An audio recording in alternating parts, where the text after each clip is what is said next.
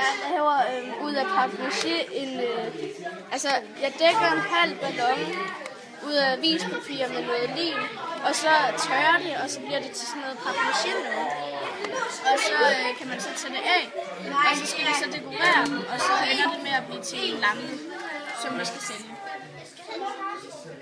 Hvorfor er det, vi laver det her? Fordi vi skal sælge dem og få en fed tur til Bornholm. Sælge dem? Ja, til en masse penge.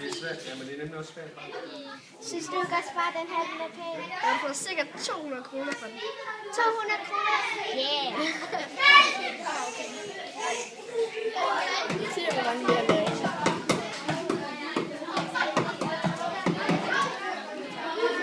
Hvad har lavet det med?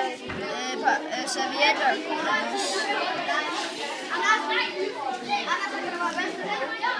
Hej Sarah. Hvad er det, du vil lave? En skål. En skål? Okay. Hvad skal den bruges til? Den skal bruges til, når vi har skolefest, den skal vi sælge. Den 16. Okay. Hvordan vil verden lave? Det er sikkert en fest. Jeg hjælper Martin, fordi jeg hjælper med at lave hans skål, for den gik lidt i stykker, og så